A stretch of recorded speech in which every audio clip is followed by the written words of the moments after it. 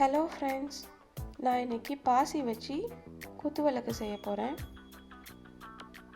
அதுக்கு நான் 2 mm அளவு பாசி எடுத்திருக்கேன். 2 colour, red colour and golden colour.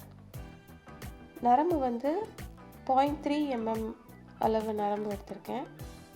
So இது பாசிக்குள்ளே ஒரு 2-3 ரவுண்ட் போகிற அளவுக்கு கரெக்டாக இருக்கும்.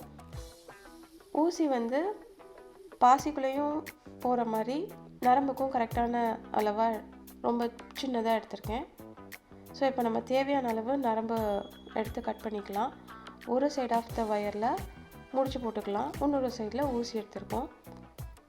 இதோட பேஸ் 4 பாசி வச்சு நம்ம செய்கிறது தான். ஸோ 4 பாசி வச்சு டைமண்ட் ஷேப் ஃபார்ம் பண்ணணும். ஃபஸ்ட்டு ஊசியில் 4 பாசி எடுத்துக்கலாம். எடுத்துட்டு ஃபஸ்ட்டு போட்ட பாசியில் ஊசியை திருப்பி விடணும். அப்படி விடும்போது நமக்கு அந்த டைமண்ட் ஷேப் கரெக்டாக கிடச்சிரும். 4 பாசி வச்சு அந்த diamond shape or square shape. So இந்த 4 பாசி தான் அந்த பேஸு. இப்போ அடுத்தது 3 பாசி எடுப்போம். 4வது பாசி அந்த முந்தின டைமண்டில் இருக்கிற ஒரு பாசி தான் 4வது பாசி. 3 பாசி எடுத்துகிட்டு அந்த முந்தின இதில் இருக்கிற அந்த பாசியில் நம்ம விடுவோம்.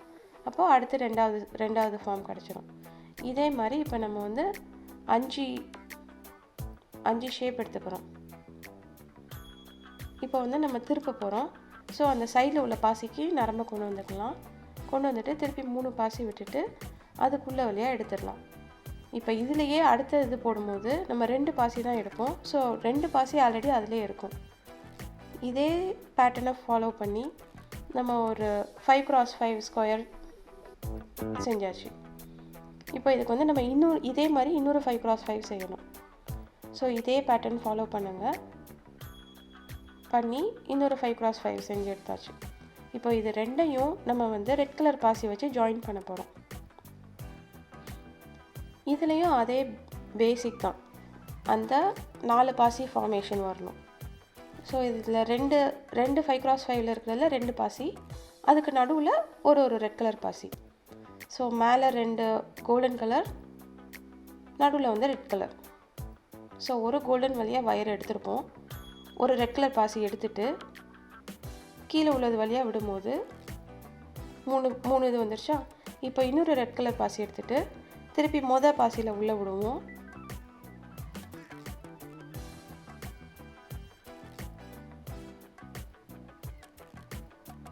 பாசியில் விட்டோன்னே நமக்கு அந்த டைமண்ட் ஷேப் வந்துடும்.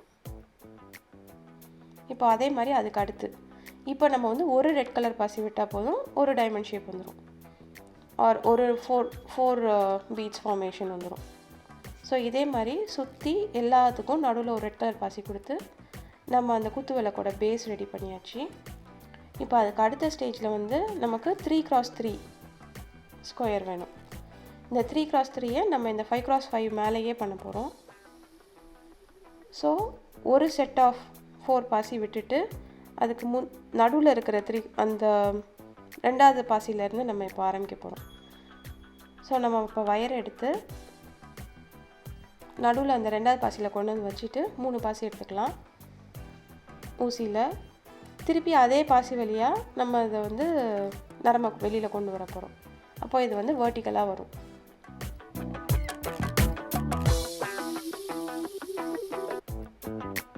ஸோ 3x3 நம்ம அந்த வெர்டிக்கல் ஸ்ட்ரக்சர் ஃபார்ம் பண்ணியாச்சு. இப்போ இதை மேலே ஒரு கவர் பண்ண போகிறோம். இதுக்கு மேக்ஸிமம் நம்ம 2 பாசி தான் ஊசியில் எடுக்க வேண்டியிருக்கும். ஏன்னா ஆல்ரெடி 2 பாசி அந்த சைடில் ஃபார்ம் ஆகிட்டே வரும்.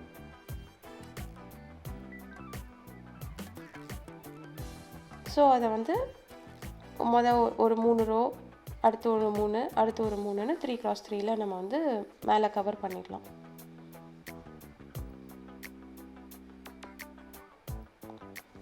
நடுவில்லாம் வரும்போது கவனிச்சிங்கன்னா நம்ம பாசியே எடுக்க வேண்டியிருக்காது. ஜஸ்ட் நீங்கள் 2 பாசியாக சேர்த்துட்டே வரும்போது நடுவில் ஆட்டோமேட்டிக்காக அது ஃபுல்லாக கவர் ஆயிரும்.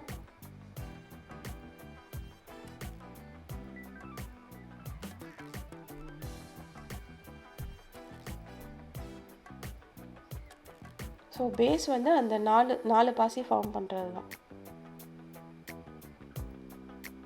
இப்போ நம்ம செகண்ட் ஸ்டேஜ் முடிச்சாச்சு. இப்போ நமக்கு தேவை இந்த குத்து விளக்கில் உள்ள நடுவில் உள்ள ஸ்டெம்மு. அதை வந்து நம்ம இந்த 3x3ல நடுவில் இருக்கிற அந்த 4 பாசிலேருந்து ஸ்டார்ட் பண்ண போகிறோம். ஸோ ஆல்டர்னேட் கலர்ஸ், ஒரு கோல்டன், ஒரு ரெட்டு, ஒரு கோல்டன், ஒரு ரெட்டுன்னு பண்ண போகிறோம். ஸோ ஃபஸ்ட்டு கீழே இருக்கிறது கோல்டன் தான், ஆனால் அதுக்கு அடுத்து வர்றது ரெட்டு. அதனால் இப்போ நம்ம ஒரு 4 பாசி ஃபார்மேஷன் பண்ணோம் அப்படின்னா அதில் 2 ரோ கவர் ஆயிரும். ஒரு கோல்டு, ஒரு ரெட்டு. ஸோ நம்ம என்ன பண்ணுறோம், ஒரு கோல்டு, அடுத்து ரெட்டு, அடுத்து ஒரு கோல்டு எடுத்துகிட்டு நமக்கு அந்த 4வது பாசி வந்து ஆல்ரெடி கீழே இருக்குது, அதில் விட்டு எடுக்கும் போது ஸோ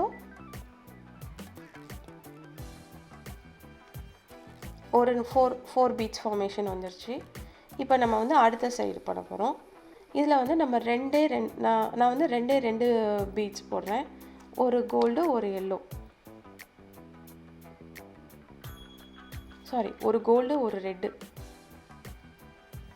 போட்டுட்டு சைடில் உள்ளதில் விட்டுட்டு அதுக்கப்புறம் கீழே உள்ள பாசியில் கொண்டு போகணும். ஸோ இப்போ வந்து நமக்கு 2 ரோ வருது. இதே மாதிரி கீழே இருக்க 4 பாசிலையும், அந்த கீழே ஒரு 4 பாசி இருக்கும்ல, அந்த 4 பாசிலையும் இதே ஃபார்மேஷன் கொண்டு வரும்போது நமக்கு இப்போ 2 ரோ வந்துருச்சு. அதாவது ஒரு கோல்டன், ஒரு ரெட்டு. இப்போ நம்ம அந்த வயரை வந்து ரெட்டு மேலே கொண்டு வந்து வச்சுட்டு திருப்பி இதே மாதிரி ஃபஸ்ட்டு ஸ்டார்ட் பண்ணும்போது 3 பாசியில் ஸ்டார்ட் பண்ணுவோம். ஒரு கோல்டு, ஒரு ரெட்டு, ஒரு கோல்டு. திருப்பி அந்த ரெட்டு வழியாக விட்டு எடுக்கும்போது அடுத்த 2 ரோ வந்துருச்சு. இப்போ அதுக்கு அடுத்த சைட் கொண்டு போகும்போது நம்ம 2 பாசி தான் எடுப்போம். ஒரு கோல்டு அண்ட் ஒரு ரெட்.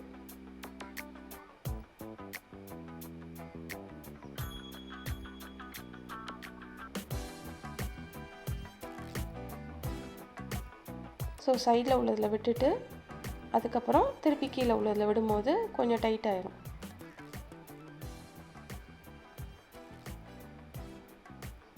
இதே மாதிரி திருப்பி மறுபடியும் அந்த 4 ரெட் கலர் பாசிலையும் பண்ணும்போது நமக்கு வந்து இப்போ 4 ரோ கிடச்சிடும். லைக் ஒரு கோல்டு, ஒரு ரெட், ஒரு கோல்டு, ஒரு ரெட்.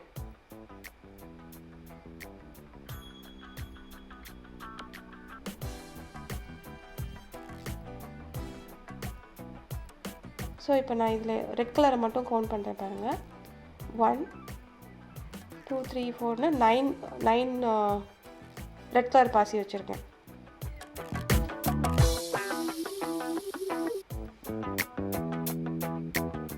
ஸோ அது நம்ம லாஸ்ட்டாக கம்ப்ளீட் பண்ணுறது வந்து மேலே ரெட் கலர் இருக்கும். ஸோ அந்த 9 ஸ்டெப்ஸும் முடிச்சாச்சு. இப்போ அந்த ரெட்டை சுற்றி நம்ம திருப்பி ஒரு 3x3 ஸ்கொயர் பண்ண போகிறோம்.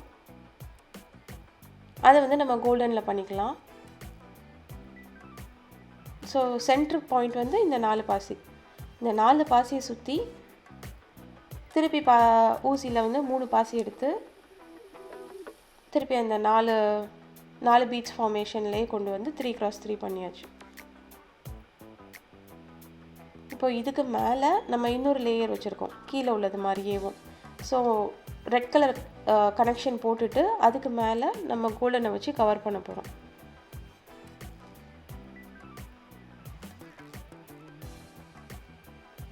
ஸோ அதே மாதிரி ஒரு கோல்டு, ஒரு ரெட், ஒரு கோல்டு அப்படின்னு எடுத்து அந்த ரெட் கலர் கனெக்ஷன் போட்டுருவோம்.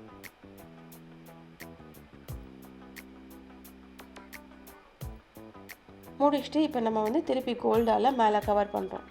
லைக் அதே தான் 3x3 ஸ்கொயர்.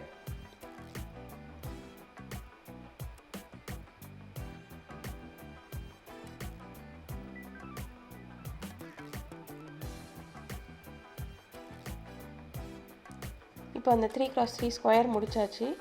இதோட சென்டரில் இருந்து இன்னொரு 2 ரோ பண்ணுறோம். ரெண்டு ரெட் கலர் ரோ வர்ற மாதிரி.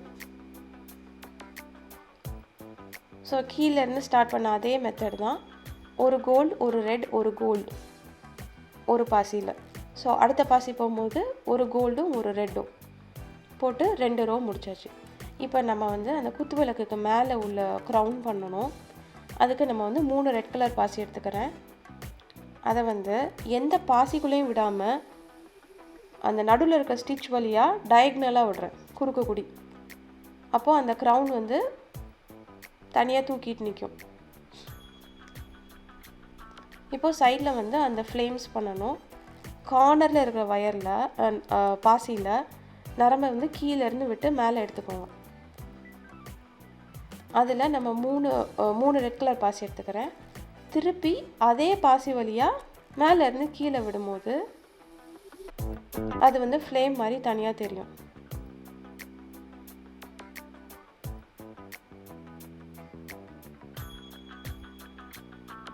ஸோ இப்போ இதே மாதிரி 4 கார்னரில் இருக்கிற பாசிலையும் கீழேருந்து மேலே நரம்பு எடுத்துகிட்டு 3 பாசி வச்சுட்டு திருப்பி மேலேருந்து கீழே விடணும். இப்போ அதே மாதிரி செஞ்சிங்கன்னா முடிஞ்சிருச்சு. இந்த நடுவில் இருக்க ஸ்டெம் மட்டும் கொஞ்சம் ஸ்டிஃபாக இருக்காது. ஸோ அதுக்கு வந்து ஒரு டூத் பீக் எடுத்துகிட்டு கீழே அந்த சென்ட்ரல் ஹோல் வழியாக அதை உள்ளே தள்ளி நிறுத்திட்டிங்கன்னா அது வந்து ஸ்டிஃபாக நிற்கும். இப்போ வந்து பாசியில் குத்து விளக்கு ரெடி. உங்களுக்கு இந்த வீடியோ பிடிச்சிருந்தா கண்டிப்பாக லைக் பண்ணுங்கள், ஷேர் பண்ணுங்கள். கண்டிப்பாக என்னோடய சேனலுக்கு சப்ஸ்கிரைப் பண்ணுங்கள். மறக்காமல் பெல் சிம்பலையும் கிளிக் பண்ணிடுங்க. தேங்க்யூ.